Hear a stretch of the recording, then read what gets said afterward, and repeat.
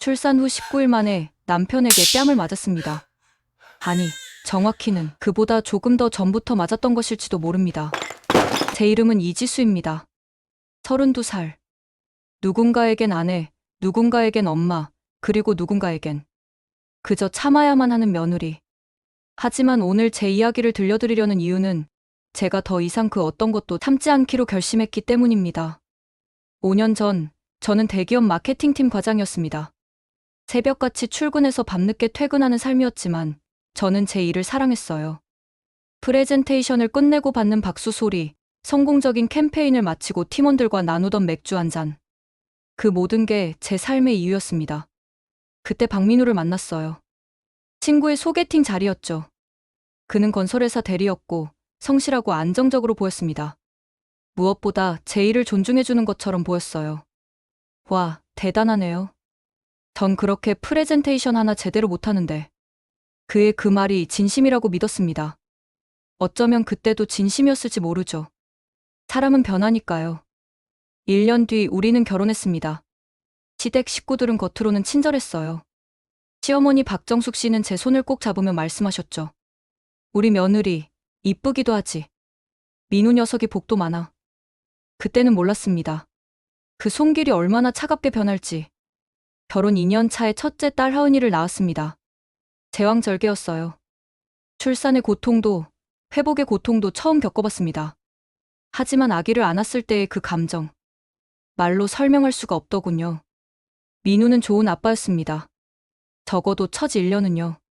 기저귀도 갈아주고 밤중 수유 때 함께 일어나 주기도 했어요. 시댁도 별 문제 없었습니다. 명절에만 만나면 됐으니까요. 저는 3개월 만에 복직했습니다.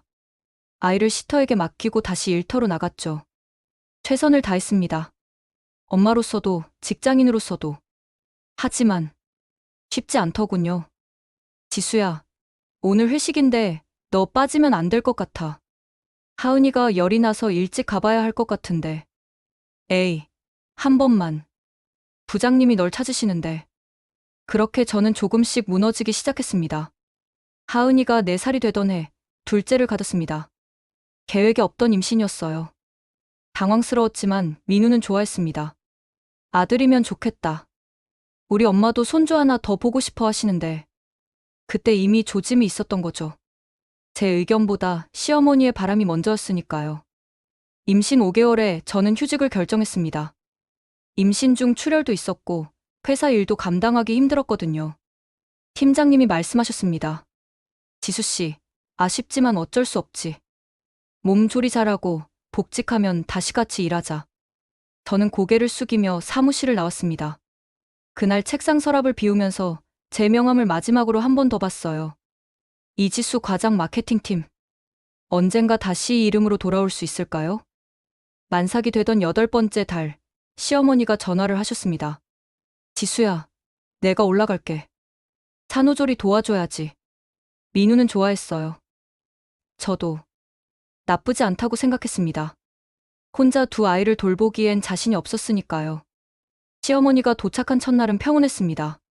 짐을 풀고 저녁을 함께 먹고 하은이와 놀아주셨죠. 둘째 날 변화가 시작됐습니다. 아침에 화장실에 들어갔는데 제 선반이 정리되어 있었어요.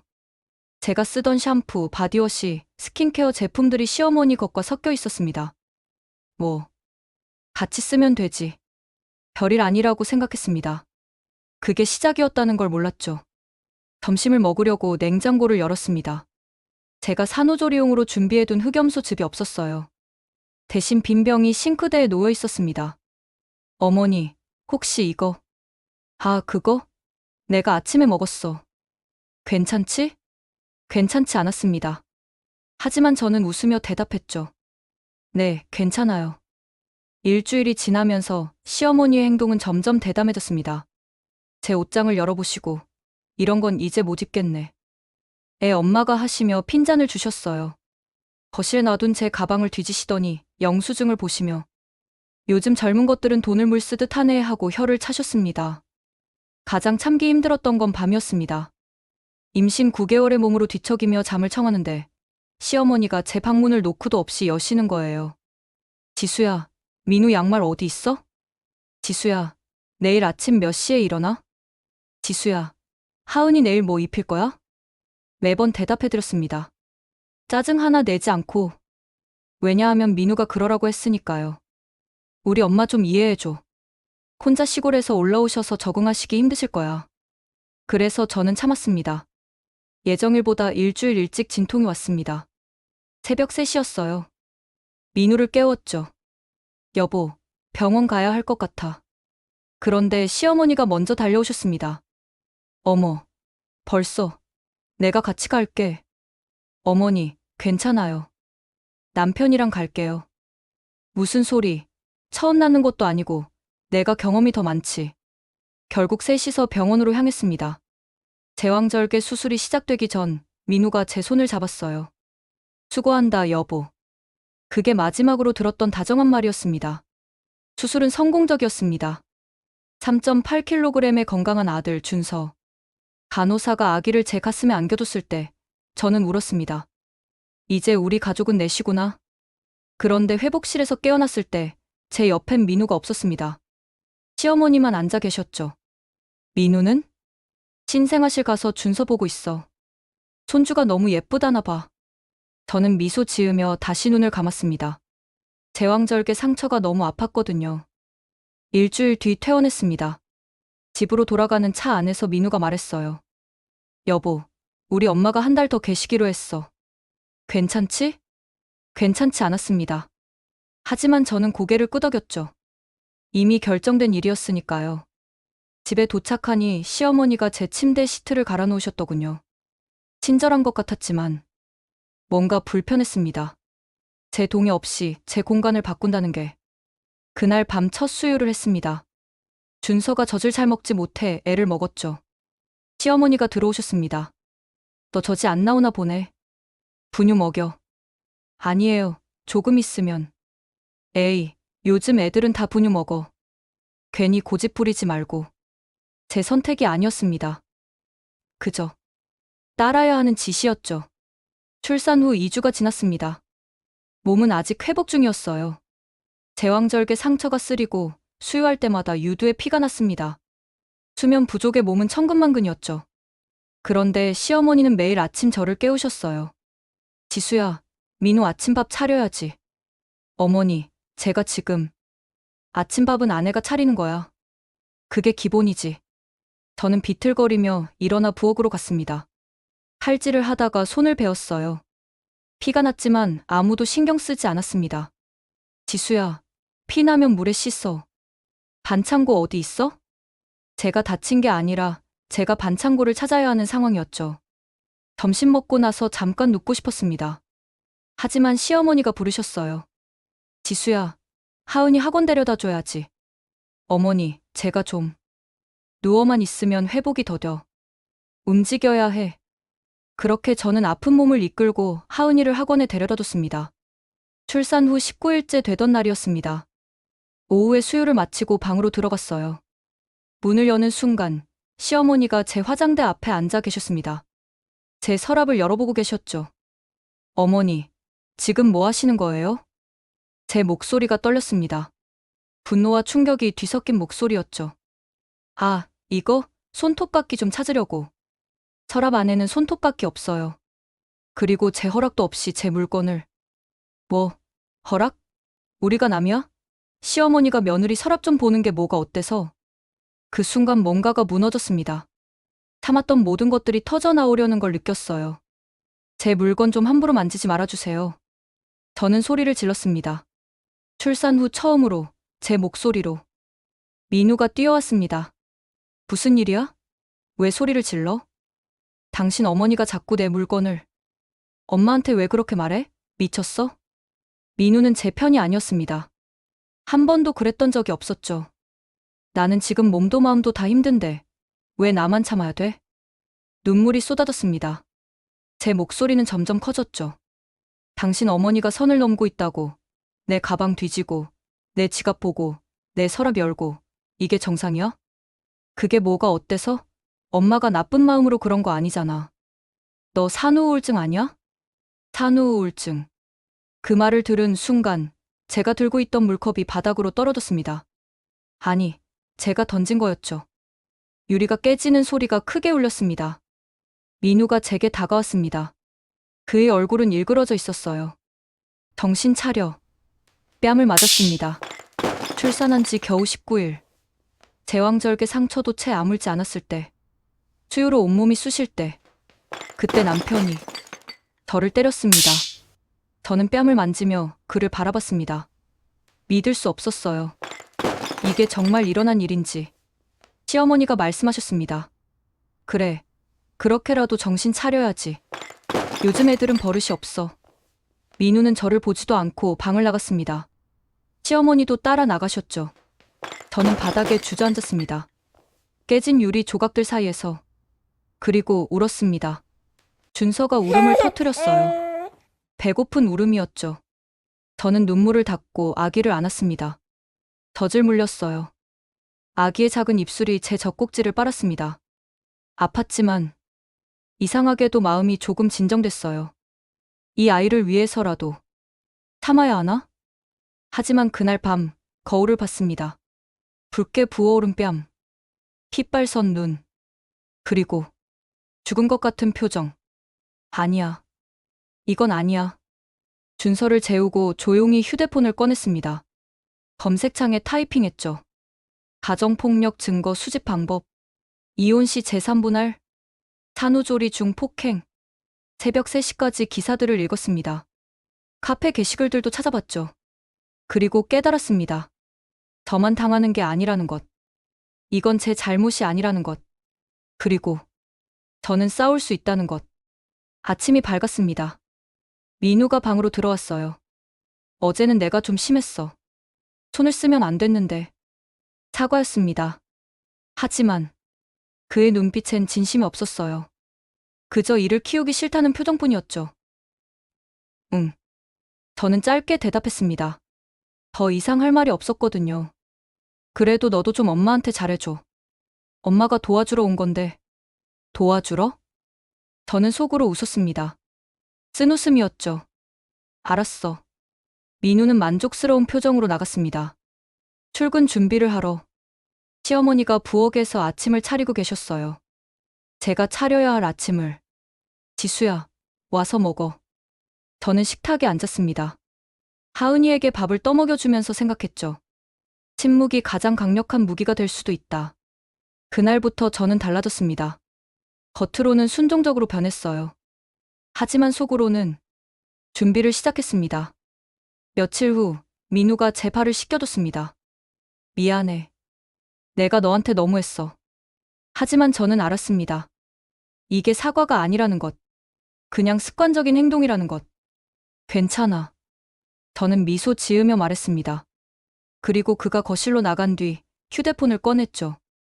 산후조리원 동기들의 단톡방이 있었습니다. 그중 한 명, 한서연. 변호사 출신의 전업주부였어요. 서연아, 시간 될 때 개인적으로 좀 물어볼 게 있는데. 몇 분 후 답장이 왔습니다. 그래, 전화할까? 아니면 만날까? 전화 괜찮을까? 조용히 얘기하고 싶어서. 그날 저녁 시어머니와 민우가 TV를 볼 때 저는 방으로 들어가 서연에게 전화를 걸었습니다. 서연아. 목소리가 떨렸습니다. 지수야, 무슨 일 있어? 그제야 눈물이 터졌습니다. 모든 걸 얘기했어요. 시어머니의 치매, 남편의 무시, 그리고 그날 밤의 폭행. 서연은 조용히 들어줬습니다. 그리고 말했죠. 지수야, 지금부터 내가 하는 말 잘 들어. 넌 지금 증거를 모아야 해. 그날 밤, 저는 거울 앞에 섰습니다. 맞았던 뺨을 어루만지며 생각했죠. 이게 정상적인 결혼 생활일까? 사람들은 말합니다. 시어머니와의 갈등은 흔한 일이라고. 첫 번째 한 번쯤은 용서할 수 있다고. 하지만 저는 압니다. 처음이 마지막이 되는 경우는 거의 없다는 거려. 준서를 안고 창밖을 봤습니다. 어둠 속에서 불빛들이 반짝였어요. 저 많은 집들 중에 얼마나 많은 여자들이 저처럼 참고 있을까요? 아니야. 나는 더 이상 참지 않을 거야. 저는 결심했습니다. 이 결혼을 끝낼 거라고. 하지만 그냥 끝내는 게 아니라 완벽하게 끝낼 거라고. 제가 당한 모든 것에 대한 대가를 받을 거라고. 휴대폰 메모장을 열었습니다. 그리고 타이핑했죠. 준비할 것들.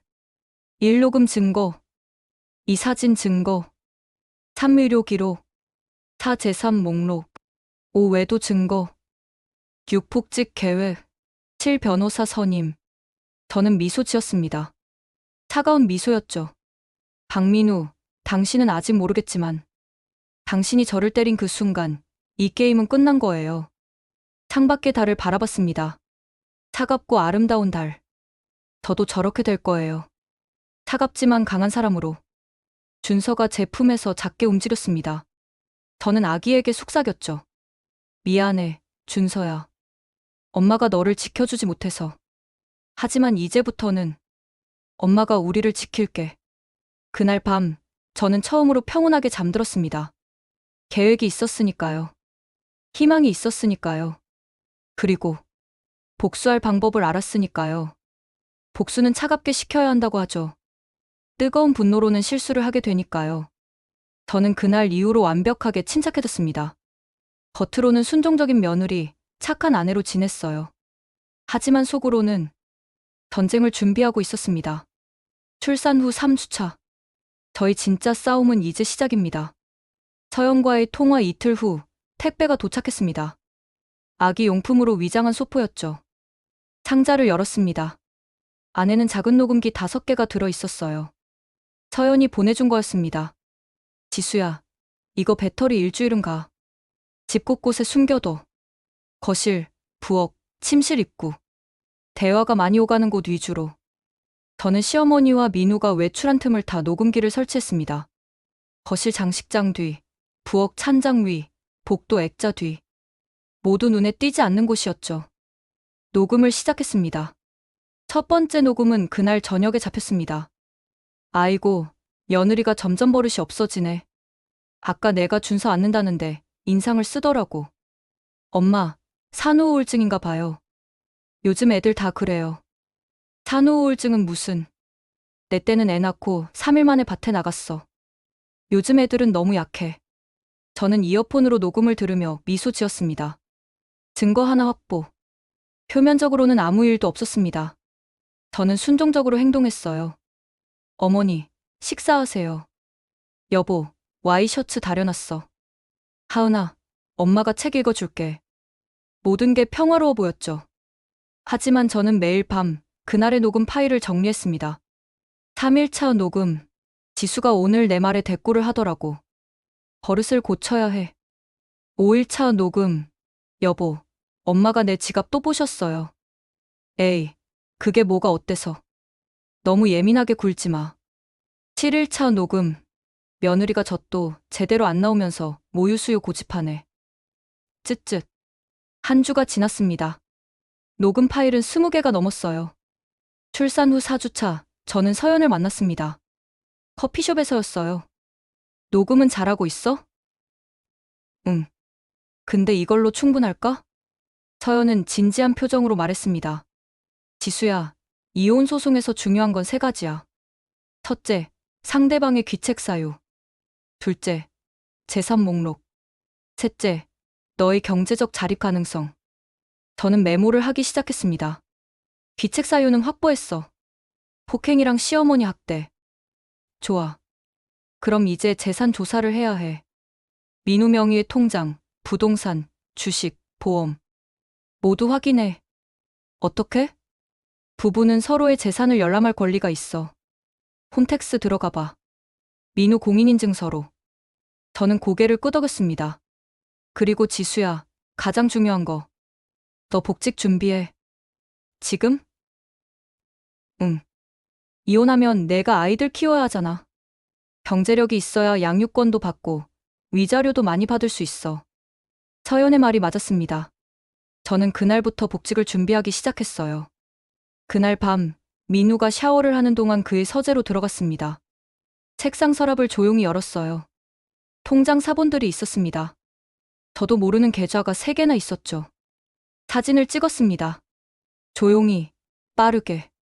컴퓨터를 켰습니다. 민우의 비밀번호는 알고 있었어요. 하은이 생일이었죠. 홈택스에 로그인했습니다. 민우 명의의 재산을 확인했어요. 아파트 시가 6억, 예금 1억 2천만 원, 주식 3천만 원, 보험 5천만 원, 총 8억 원. 생각보다 많았습니다. 그런데 이상한 게 있었어요. 매달 200만 원씩 빠져나가는 계좌가 있었습니다. 제가 모르는 계좌로. 이게 뭐지? 저는 그 계좌번호를 메모했습니다. 나중에 알아봐야겠다고 생각했죠. 다음 날 예전 회사 상사였던 김 팀장님께 전화를 걸었습니다. 팀장님, 저 이지수예요. 오, 지수씨, 잘 지내? 네. 그런데 혹시 복직이 가능할까요? 전화기 너머로 침묵이 흘렀습니다. 지금? 아니요. 한 3개월 후쯤이요. 솔직히 말하면 쉽진 않아. 그 자리는 이미 신입이 들어왔거든. 근데 다른 팀에서 사람 찾는다는 얘기는 들었어. 어떤 팀인가요? 디지털 마케팅 팀. 소셜미디어 담당. 지수씨 경력이면 충분히 할 수 있을 거야. 희망이 보였습니다. 감사합니다, 팀장님. 제가 이력서 다시 보내드릴게요. 전화를 끊고 나서 저는 오랜만에 노트북을 켰습니다. 묵혀뒀던 이력서를 수정하기 시작했죠. 이지수 마케팅 전문가 경력 7년. 타이핑하는 제 손가락이 떨렸습니다. 설렘이었어요. 출산 후 5주차. 시어머니의 행동은 더욱 노골적이 됐습니다. 지수야, 내 발 좀 주물러줘. 오늘 시장 갔다 와서 피곤해. 저는 순종적으로 고개를 끄덕이며 시어머니의 발을 주물렀습니다. 속으로는 카운트다운을 하면서요. 2개월만 참자. 2개월. 민우는 점점 더 태만해졌어요. 저녁에 들어와서는 게임만 했습니다. 준서가 울어도 하은이가 놀아달라고 해도 못 들은 척했죠. 여보, 준서 기저귀 좀 갈아줘. 내가 지금 피곤하다니까. 네가 해. 예전 같았으면 울었을 겁니다. 하지만 이제는 아니었어요. 저는 녹음기가 돌아가고 있다는 걸 알았으니까요. 출산 후 6주차. 그날은 민우의 휴대폰을 보게 됐습니다. 우연이었어요. 아니, 운명이었을지도 모르죠. 민우가 샤워하러 가면서 휴대폰을 거실 소파에 두고 갔습니다. 카톡 알림이 울렸어요. 오빠, 내일 봐요. 심장이 멎는 것 같았습니다. 저는 재빨리 휴대폰을 집어들었어요. 비밀번호를 입력했습니다. 하은이 생일. 열렸죠. 카톡을 열었습니다. 수진과의 대화창. 스크롤을 올렸습니다. 오빤 언제 이혼해요? 좀만 기다려. 준서 좀 크면. 얼마나 더 기다려야 해요, 유유. 미안해. 조금만 더. 지난달 대화였습니다. 제가 임신 9개월이었을 때. 더 스크롤을 올렸어요. 사진들이 있었습니다. 함께 찍은 셀카. 호텔 침대에서 찍은 사진. 손이 떨렸습니다. 분노가 아니었어요. 오히려 안도감이었습니다. 이제 이혼 사유가 확실해졌네. 저는 재빨리 사진을 찍었습니다. 모든 대화 내용을, 사진들을, 증거를 남김없이. 샤워실에서 물소리가 멈췄습니다. 저는 휴대폰을 원래 자리에 놓고 부엌으로 갔어요. 다음 날, 저는 사설 탐정을 고용했습니다. 의뢰인이 이지수 씨 맞으시죠? 네. 탐정은 40대 중반의 남자였습니다. 냉정하고 전문적으로 보였어요. 남편분의 외도 증거가 필요하시다고요? 네. 사진이랑 영상, 가능한 많이요. 일당은 30만 원, 증거 확보 시 추가로 200만 원입니다. 좋아요. 이 카드로 결제할게요. 제 비상금 통장 카드였습니다. 결혼 전부터 모아둔 돈이었죠. 2주 안에 결과 드리겠습니다. 탐정이 떠나고 저는 창밖을 바라봤습니다. 박민우, 당신은 끝났어. 겉으로는 아무 일도 없었습니다. 저는 여전히 순종적인 아내였어요. 여보, 저녁 뭐 먹고 싶어? 아무거나. 민우는 무뚝뚝하게 대답했습니다. 수진과 연락하면서 미소 짓던 얼굴과는 달랐죠. 시어머니는 더욱 편하게 저를 부르습니다. 지수야, 빨래 좀 널어. 지수야, 설거지 좀 해. 지수야, 마트 좀 다녀와. 저는 모두 들어드렸습니다. 하나도 거르지 않고요. 왜냐하면 모두 녹음되고 있었으니까요. 2주 후 탐정에게서 연락이 왔습니다. 이지수 씨, 증거 확보했습니다. 사무실로 갔습니다. 탐정이 USB를 건넸어요. 호텔 출입 사진 20장, 영상 3개, 차 안에서의 키스 사진 5장입니다. 저는 USB를 받아 들었습니다. 무거웠어요. 제 결혼 생활의 끝이 담긴 무게였죠. 수고하셨어요. 이지수 씨, 한 가지 더 알려드릴 게 있습니다. 뭔가요? 남편분이 그 여자한테 매달 200만 원씩 송금하고 있습니다. 지난 6개월간. 그 계좌였습니다. 제가 이상하게 생각했던 그 계좌. 감사합니다. 집으로 돌아오는 길, 저는 평온했습니다. 모든 퍼즐이 맞춰진 기분이었어요. 출산 후 2개월째. 시어머니에게 말했습니다. 어머니, 산후조리 이제 끝났으니까 편하게 내려가셔도 돼요. 시어머니는 황당하다는 표정을 지었습니다. 뭐? 내가 왜 가야 해? 아직 내가 애들 돌보기 힘들잖아. 아니에요. 이제 괜찮아요. 에이, 무슨 소리. 나 여기 더 있을 거야. 민우에게 말했습니다. 여보, 어머니한테 말 좀 해줘. 이제 내려가셔도 된다고. 민우는 짜증스럽게 대꾸했습니다. 왜 자꾸 엄마 내려가라고 그래? 도와주시는데 고마운 줄 알아야지. 도와주시는 게 아니라 저를 부리시는 건데. 하지만 저는 참았습니다. 조금만 더. 출산 후 10주 차. 드디어 움직일 때가 왔습니다. 김혜준 변호사를 만났어요. 서연이 추천해준 이혼 전문 변호사였죠. 이지수 씨, 준비하신 증거들 보여주시겠어요? 저는 가방에서 꺼냈습니다. 녹음 파일 USB, 외도 증거 USB, 재산 목록 사본, 통장 거래 내역, 폭행당한 날의 일기, 의료 기록 산후 우울증 진단서. 변호사는 하나하나 살펴봤습니다. 그의 표정이 밝아졌어요. 이지수 씨, 완벽합니다. 이 정도면 재산분할 70% 가능하고요. 위자료도 최소 1억은 받을 수 있습니다. 정말요? 네. 특히 외도 증거가 결정적이에요. 게다가 생활비를 여자에게 송금한 증거까지 있으니 희망이 보였습니다. 마침내.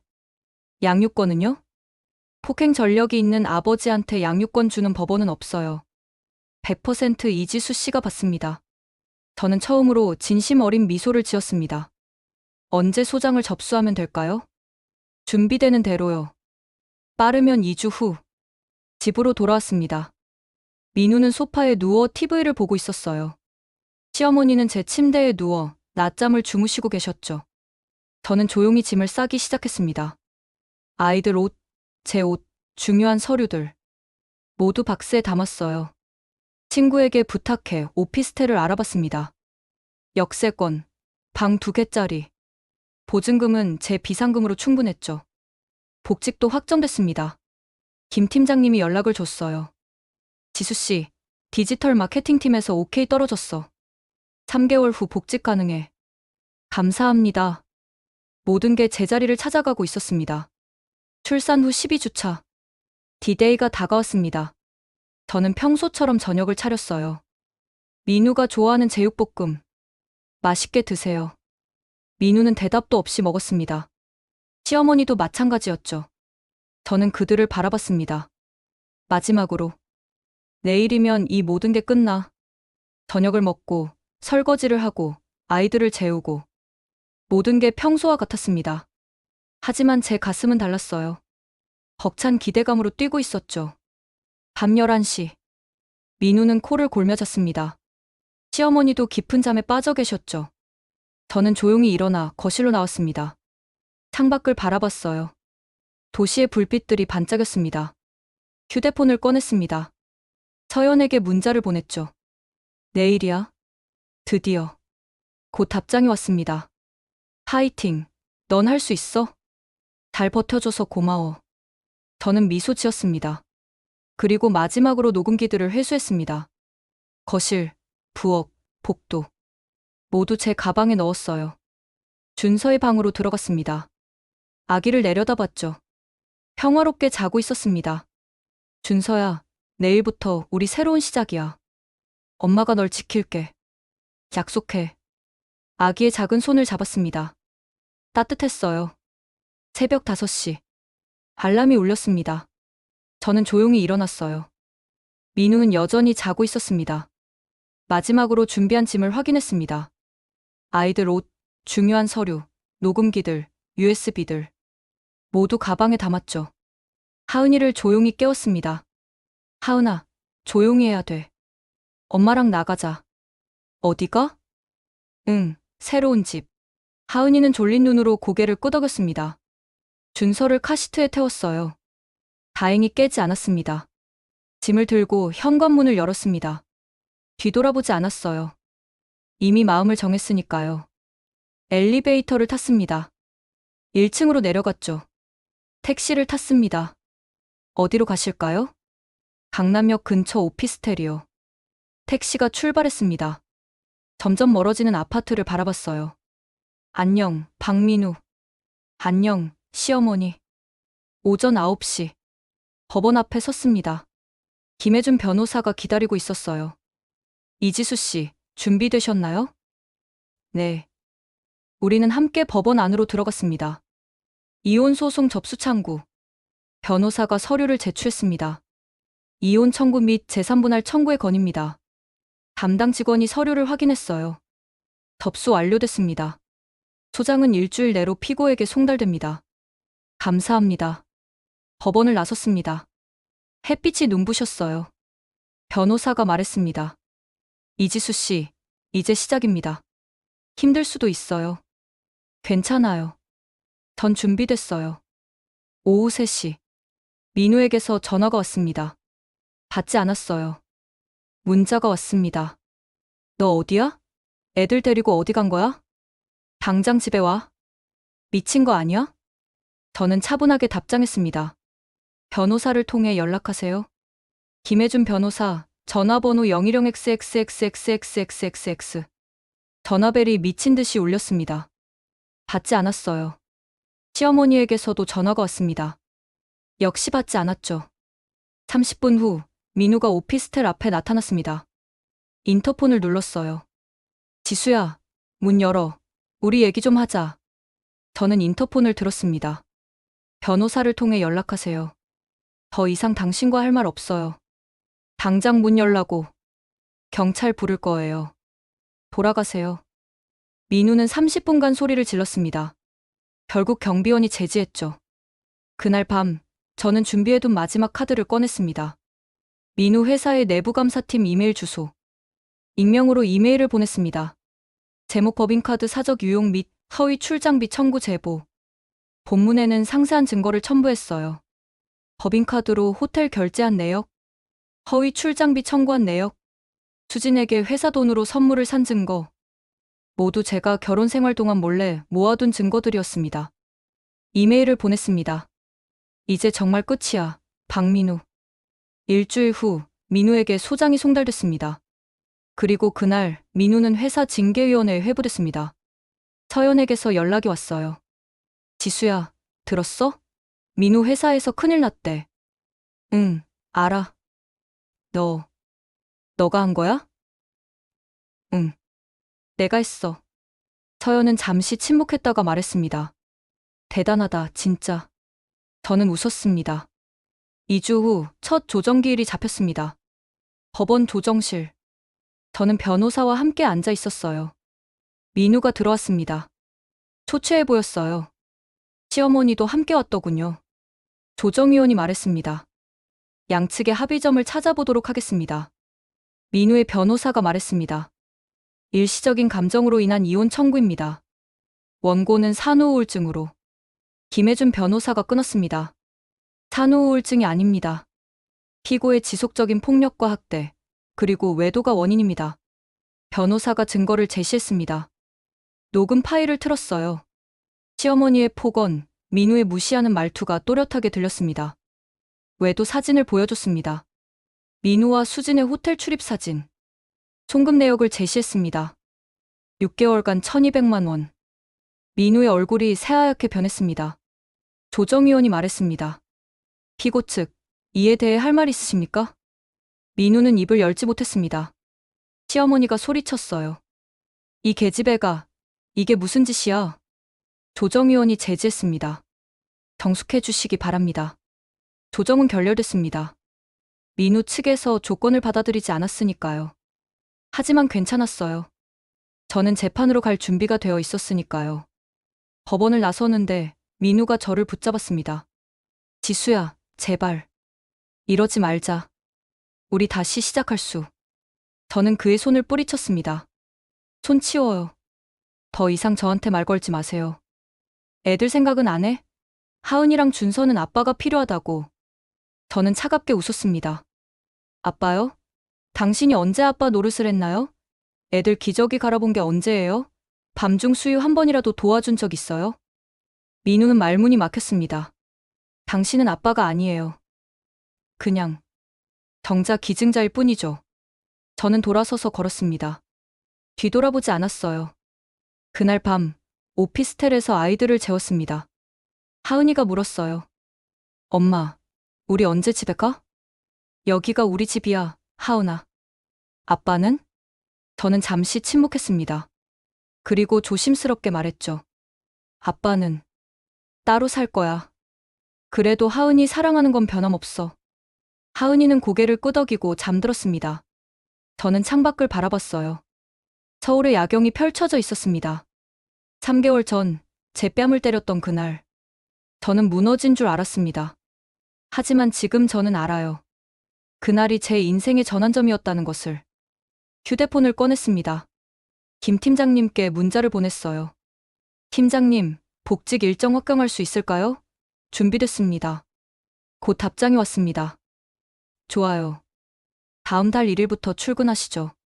환영합니다. 지수 씨. 저는 미소 지었습니다. 복수는 이제 시작입니다. 하지만 진짜 복수는 제가 다시 일어서는 것, 제가 행복해지는 것, 그것이 가장 완벽한 복수라는 걸 이제는 압니다. 거울을 봤습니다. 3개월 전과는 다른 얼굴이 보였어요. 지치고 초췌한 얼굴이 아니라 강하고 단단한 얼굴. 이지수, 넌 해낼 수 있어. 스스로에게 말했습니다. 그리고 깊은 잠에 빠졌습니다. 오랜만에 평온한 잠이었어요.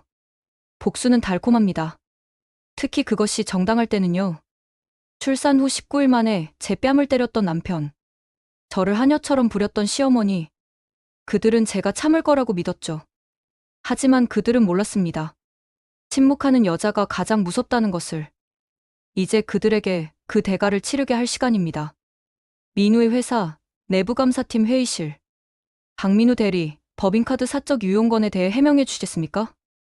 민우는 식은땀을 흘리며 앉아 있었습니다. 그건 실수였습니다. 실수요? 6개월간 총 37건의 사적 사용이 실수라고요? 증거가 제시됐습니다. 호텔 예약, 레스토랑, 선물 구매. 모두 수진과 함께한 내역이었죠. 게다가 출장비 허위 청구도 4건이나 됩니다. 민우는 고개를 숙였습니다. 죄송합니다. 박민우 대리, 징계위원회 결정입니다. 3개월 정직 처분과 함께 횡령액 전액 변상. 그리고 잠시 침묵이 흘렀습니다. 권고사직 처분입니다. 민우의 얼굴이 새하얗게 변했습니다. 같은 시각 시어머니는 오피스텔 앞을 서성이고 있었습니다. 인터폰을 눌렀어요. 지수야, 문 열어. 손주들 보게 해줘. 저는 인터폰 너머로 차갑게 말했습니다. 어머니, 이제 더 이상 손주들을 볼 권리 없으세요. 뭐, 이 못된 계집애가.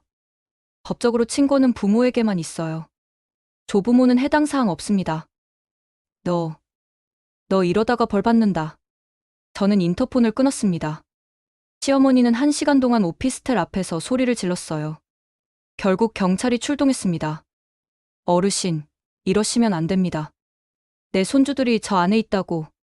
그래도 사유지 침입은 범죄입니다. 경찰의 제지로 시어머니는 떠났습니다. 하지만 저는 알았어요. 이게 끝이 아니라는 것을. 출산 후 4개월. 본격적인 재판이 한 달 앞으로 다가왔습니다. 김혜준 변호사와 최종 점검을 했어요. 증거 목록입니다. 총 87개. 변호사가 서류를 펼쳤습니다. 녹음 파일 32개. 사진 증거 41개. 영상 증거 3개. 의료 기록 5개. 금융거래 내역 6개. 이지수 씨, 이 정도면 완벽합니다. 상대 측이 반박할 여지가 없어요. 증인은요? 서연 씨가 증인으로 서기로 했고요. 산후조리원 원장님도 증언하시겠답니다. 감사합니다. 변호사가 진지하게 말했습니다. 이지수 씨, 법정에서 감정적으로 대응하지 마세요. 차분하게 사실만 말씀하시면 됩니다. 알겠습니다. 민우는 회사에서 짐을 쌌습니다. 7년 다닌 회사였죠. 동료들의 시선이 따가웠어요. 박 대리, 그런 사람인 줄 몰랐는데. 법인카드 횡령이라니. 실망이야. 민우는 고개를 숙인 채 사무실을 나섰습니다. 수진에게 전화를 걸었어요. 수진아. 오빠, 나 이제 못 만나. 오빠 때문에 내 인생도 꼬였어. 뭐? 회사에서 나한테도 연락 왔어. 오빠 때문에. 나도 사표 냈어. 수진아, 잠깐만. 뚜뚜뚜. 전화가 끊겼습니다. 민우는 혼자 거리를 걸었습니다. 텅 빈 기분이었죠.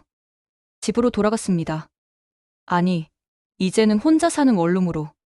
시어머니가 기다리고 있었어요. 민우야, 어떻게 된 거야? 엄마, 나 회사 잘렸어. 뭐? 그게 무슨 소리야? 민우는 소파에 주저앉았습니다. 다 그 계집 때문이야. 지수 그년이 회사에 제보한 거야. 시어머니가 소리쳤습니다. 내가 처음부터 그 계집 맘에 안 들었어. 버릇없는 년. 하지만 소리쳐봤자 달라지는 건 없었습니다. 출산 후 5개월. 저는 회사에 복직했습니다. 이지수 씨, 오랜만이에요. 동료들이 반겨줬어요. 팀장님, 오랜만입니다. 지수 씨, 여기가 자리예요. 디지털 마케팅팀 수석으로 오셨어요. 수석. 승진이었습니다. 감사합니다. 첫 회의에 참석했습니다. 낯선 얼굴들이었지만 설렘이 있었어요. 이지수 수석님, 자기소개 부탁드립니다. 저는 자리에서 일어났습니다. 안녕하세요. 이지수입니다. 앞으로 잘 부탁드립니다. 박수가 터졌습니다. 그날 저는 깨달았어요. 제가 얼마나 이 순간을 그리워했는지. 드디어 재판날이 왔습니다. 법정. 저는 변호사 옆에 앉아 있었어요. 건너편에는 민우와 그의 변호사, 그리고 시어머니. 판사가 입장했습니다. 재판을 시작하겠습니다. 원고 측, 주장해 주시죠. 김혜준 변호사가 일어섰습니다. 원고 이지수는 피고 박민우의 지속적인 가정폭력, 정서적 학대, 그리고 외도로 인해 이혼을 청구합니다. 변호사가 증거를 제시하기 시작했습니다. 첫 번째, 폭행 증거. 출산 후 19일 만에 피고는 원고의 뺨을 때렸습니다. 이는 원고의 일기와 증언으로 확인됩니다. 두 번째, 시어머니의 학대. 녹음 파일이 법정에 울려 퍼졌습니다. 며느리가 버릇이 없어. 요즘 애들은 다 이래. 네가 돈이라도 벌어? 민우의 얼굴이 굳어졌습니다. 세 번째, 외도 증거. 호텔 출입 사진, 문자 내역, 송금 증거. 모든 게 제시됐습니다. 방청석에서 웅성거림이 들렸습니다. 판사가 말했습니다. 피고 측, 변론해 주시죠. 민우의 변호사가 일어섰습니다. 피고는 일시적인 실수를 인정합니다. 하지만 원고 역시 산후 우울증으로 인해. 김혜준 변호사가 끊었습니다. 이에 있습니다. 원고의 산후 우울증은 피고와 피고, 모친의 학대로 인한 결과입니다. 의료 기록이 제시됐습니다. 원고는 산후조리 중 극심한 스트레스로 우울증 진단을 받았습니다. 담당 의사의 소견서에도 가족 내 갈등이 주요 원인이라고 명시되어 있습니다. 판사가 고개를 끄덕였습니다. 다음 순서는 증인 신문이었습니다. 첫 번째 증인, 한서연. 증인, 원고와는 어떤 관계입니까? 산후조리원 동기이자 친구입니다. 원고의 상태를 목격하신 적이 있나요? 네. 출산 후 3주 차에 원고를 만났을 때 원고의 뺨에 멍이 있었습니다. 물어보니 남편에게 맞았다고. 방청석이 술렁였습니다. 두 번째 증인, 산후조리원 원장. 원고가 입원했을 때 상태는 어땠습니까? 매우 불안정했습니다.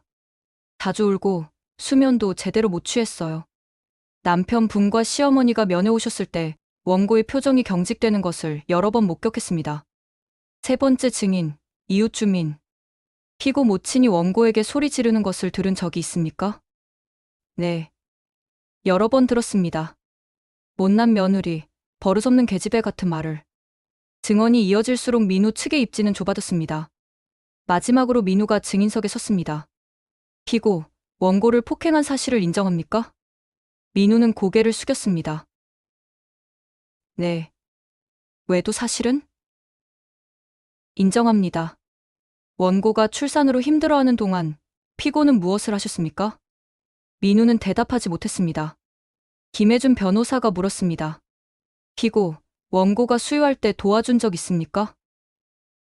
아니요. 기저귀를 갈아준 적은? 몇 번? 몇 번이요? 구체적으로? 기억도 나지 않을 정도로 적게 하셨다는 말이군요. 변호사의 날카로운 질문에 민우는 할 말을 잃었습니다. 피고, 원고를 사랑했습니까? 긴 침묵이 흘렀습니다. 잘 모르겠습니다. 그 말에 방청석이 술렁였습니다. 마지막으로 원고 최후 진술 시간이 왔습니다. 저는 증인석에 섰습니다. 떨리는 손을 꼭 쥐었어요. 원고, 최후 진술 해주시죠. 저는 깊게 숨을 들이쉬었습니다. 재판장님, 저는 5년간 좋은 아내가 되려고 노력했습니다. 회사를 휴직하고 집안일을 도맡고 시댁 눈치를 보며 살았습니다. 목소리가 떨렸습니다. 하지만 제가 둘째를 출산하고 가장 힘들었을 때 제 남편은 저를 때렸습니다. 시어머니는 저를 하녀처럼 부렸고요. 눈물이 났습니다. 하지만 참았어요. 저는 제 아이들에게 보여주고 싶지 않습니다. 엄마가 맞고 사는 모습을, 엄마가 존중받지 못하는 모습을. 제 목소리에 힘이 들어갔습니다. 특히 제 딸 하은이에게 말해주고 싶습니다. 여자는 참아야 한다는 게 미덕이 아니라고. 자신을 지키는 것이 진짜 용기라고. 법정이 숙연해졌습니다. 그리고 제 아들 준서에게도 말해주고 싶습니다. 여자를 때리는 남자는 남자가 아니라고. 아내를 존중하는 것이 진짜 남자라고. 민우가 고개를 들었습니다. 그의 눈에 눈물이 고여 있었어요. 저는 더 이상 참지 않습니다. 제 권리를 찾겠습니다. 제 아이들을 지키겠습니다. 저는 판사를 똑바로 바라봤습니다. 재판장님, 정의로운 판결 부탁드립니다. 저는 자리로 돌아왔습니다. 떨리는 다리를 간신히 지탱하며 2주 후 판결날. 법정은 사람들로 가득했습니다. 방청객들, 기자들까지 왔어요. 판사가 입장했습니다. 판결을 선고하겠습니다. 제 심장이 쿵쿵 뛰었습니다. 원고 이지수와 피고 박민우의 이혼을 인정한다. 첫 번째 관문 통과. 재산분할은 원고 70%, 피고 30%로 한다. 시어머니가 소리를 질렀습니다. 말도 안 돼. 판사가 제지했습니다. 정숙하시기 바랍니다. 원고는 결혼 기간 중 경력 단절로 인한 손실이 크며 피고의 외도로 인한 정신적 피해가 인정됩니다. 계속해서 판결이 이어졌습니다. 양육권은 원고에게 부여한다. 피고는 면접 구속권을 주 1회로 제한하며 이는 원고의 동의하에 이루어져야 한다. 위자료는 1억 원으로 한다. 피고는 판결 확정일로부터 3개월 이내 원고에게 지급해야 한다. 양육비는 월 150만 원으로 하며 자녀가 성년이 될 때까지 지급한다. 판사가 마지막으로 말했습니다. 이상 선고합니다. 탕. 판결이 끝났습니다. 저는 이겼습니다. 법정 밖으로 나왔습니다. 서연이 달려와 저를 안아줬어요. 지수야, 축하해. 고마워, 서연아. 김혜준 변호사도 악수를 청했습니다. 이지수 씨, 완벽한 승리였습니다. 변호사님 덕분이에요. 기자들이 몰려왔습니다. 이지수 씨, 한 말씀 해주시죠. 저는 마이크 앞에 섰습니다. 저는 오늘 제 권리를 되찾았습니다. 같은 상황에 있는 모든 여성분들께 말씀드립니다. 참는 게 미덕이 아닙니다. 싸우세요. 여러분은 충분히 강합니다. 그날 제 인터뷰는 뉴스에 나왔습니다. 한편 민우는 원룸으로 돌아왔습니다. 재산의 30%만 받았습니다. 2억 4천만 원. 게다가 위자료 1억 원을 내야 했죠. 실제로 손에 쥔 돈은 1억 4천만 원. 제 취업은 쉽지 않았습니다. 횡령 전력이 있었으니까요. 수지는 이미 다른 남자를 만나고 있었습니다. 친구들도 하나둘 떠나갔어요. 민우야, 미안한데 당분간 연락 좀. 혼자가 됐습니다. 시어머니마저 그를 비난했습니다. 내가 계집 하나 제대로 못 다뤄서 이 꼴이 됐다. 엄마, 내가 얼마나 망신이야. 동네에 얼굴을 못 들고 다녀. 시어머니는 시골로 내려갔습니다. 더 이상 민우를 돌보지 않았죠. 민우는 혼자 좁은 원룸에서 라면을 끓여 먹었습니다. TV를 켰어요. 뉴스가 나왔습니다. 최근 가정폭력으로 이혼 소송에서 승소한 이지수 씨의 사연이 화제입니다. 화면에 지수가 나왔습니다. 당당하고 아름다운 모습으로. 민우는 리모컨을 던졌습니다. 출산 후 1년. 계절이 한 바퀴 돌았습니다. 저는 회사에서 팀장으로 승진했습니다. 이지수 팀장님 축하드립니다. 동료들이 축하 파티를 열어줬어요. 감사합니다, 여러분. 팀장실에 들어갔습니다. 문패에 이름이 박혀 있었어요. 디지털 마케팅팀 이지수 팀장. 꿈만 같았습니다. 책상에 앉아 창밖을 바라봤어요. 서울의 스카이라인이 펼쳐져 있었습니다. 엄마. 하은이가 뛰어왔습니다. 회사 어린이집에서 데려온 거였죠. 하은아. 딸을 안아 올렸습니다. 엄마, 오늘 그림 그렸어. 그래? 뭐 그렸는데? 엄마랑 준서랑 나. 그림을 봤습니다. 세 명이 손을 잡고 웃고 있는 그림이었어요. 아빠는 없었습니다. 하지만 그림 속 우리는 행복해 보였어요. 예쁘다, 우리 하은이. 어느 토요일, 민우가 면접 교섭을 위해 왔습니다. 약속 장소는 공원이었어요. 민우가 나타났습니다. 많이 초췌해 보였어요. 지수야. 애들 여기 있어요. 3시간 후에 데려다 주세요. 하은이는 아빠를 보고도 별 반응이 없었습니다. 준서는 아예 기억도 못하는 것 같았고요. 하은아, 아빠야. 안녕하세요. 하은이의 차가운 태도에 민우의 얼굴이 일그러졌습니다. 제가 떠나려는데 민우가 붙잡았어요. 지수야, 잠깐만. 왜요? 나 정말 미안해. 내가 잘못했어. 저는 그를 바라봤습니다. 더 이상 아무 감정도 들지 않았어요. 미안하다는 말 진작했어야죠. 다시 시작할 수 없을까? 저는 웃었습니다. 믿을 수 없다는 듯이. 다시요? 당신은 저를 때렸어요. 제가 가장 힘들 때. 그리고 외도했죠. 나 지금 정말 힘들어. 일도 없고 친구들도 다 떠나고. 그건 당신이 자초한 일이에요. 저는 돌아섰습니다. 이지수. 뒤돌아보지 않았어요. 더 이상 그에게 줄 감정이 없었으니까요. 얼마 후 시어머니에게서 전화가 왔습니다. 지수야. 목소리가 떨리고 있었어요. 왜 전화하셨어요? 손주들 좀 보게 해줘. 제발. 안 돼요. 난 내 시어머니야. 더 이상 아니에요. 법적으로도 남남이에요. 기 못된 계집애가. 옛날 같으면 상처받았을 말이었습니다. 하지만 이제는 아무렇지도 않았어요. 어머니, 제가 마지막으로 한 가지만 말씀드릴게요. 뭔데? 어머니가 저한테 했던 것들, 그게 얼마나 상처가 됐는지 아세요? 침묵. 제 물건 뒤지고, 제 사생활 침해하고, 저를 하녀처럼 부린 것들. 그게 다 기억나요. 난 도와주려고.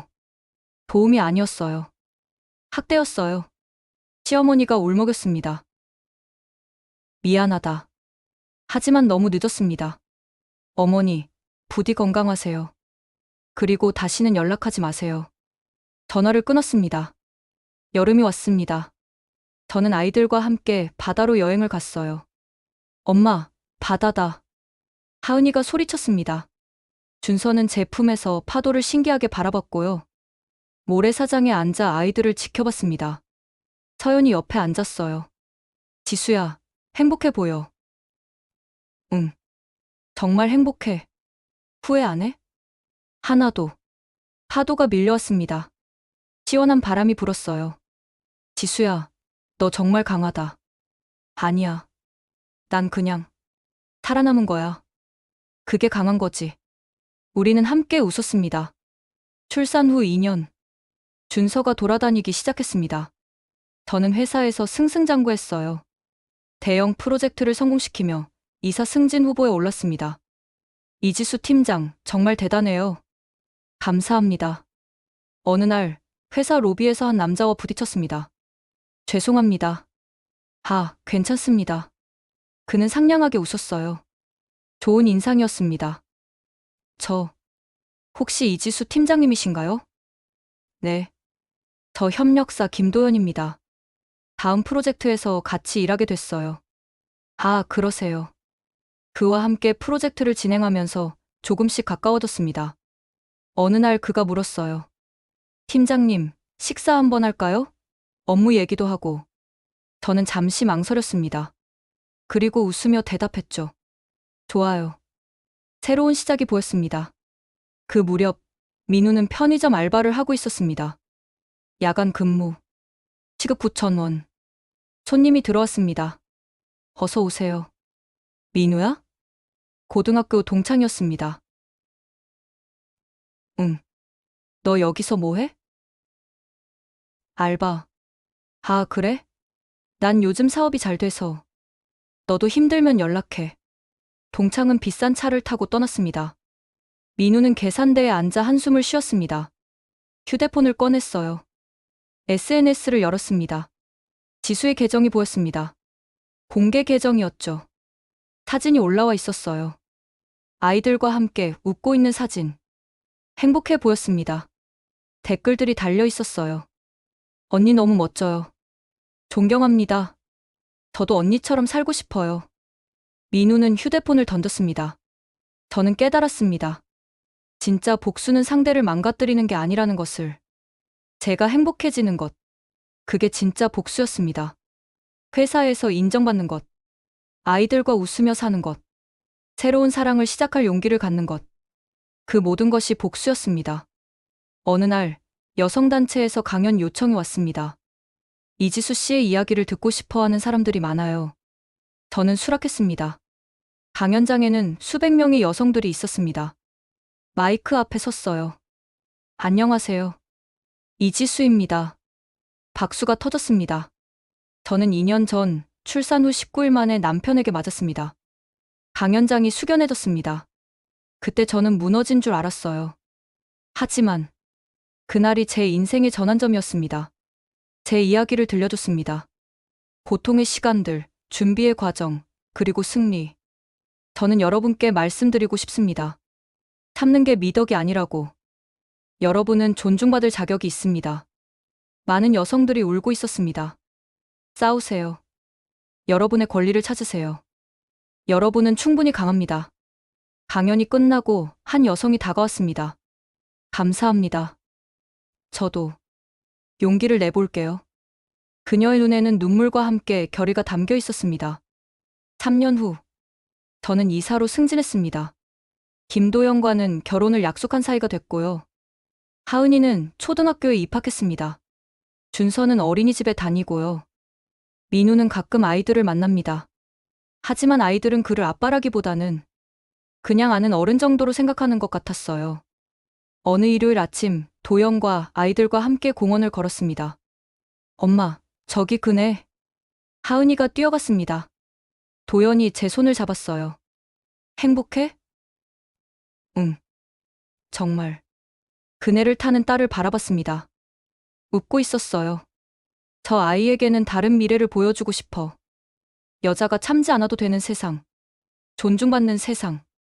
준서를 안아 올렸습니다. 너에게는 가르쳐 줄 거야. 여자를 존중하는 남자가 되는 법을. 그날 오후, 저는 일기를 썼습니다. 오늘, 나는 행복했다. 진짜 행복이었다. 3년 전, 뺨을 맞던 그날의 나에게 말해주고 싶다. 견뎌내서 고맙다고. 포기하지 않아서 고맙다고. 그리고, 너는 이길 거라고. 일기장을 덮었습니다. 창밖을 바라봤어요. 석양이 아름다웠습니다. 저는 미소 지었습니다. 진심 어린 미소로. 왜냐하면 이제 저는 압니다. 진짜 복수는 복수 자체가 아니라 제가 행복해지는 것이라는 걸. 그리고 저는 행복합니다. 긴 내용 끝까지 함께 해주셔서 감사합니다. 구독, 좋아요로 응원해주시길 부탁드립니다. 가정폭력은 범죄입니다. 혼자 참지 마세요. 여성긴급전화 1366 가정폭력 상담 1577-1366. 당신은 존중받을 자격이 있습니다. 당신은 충분히 강합니다. 당신은 행복할 자격이 있습니다.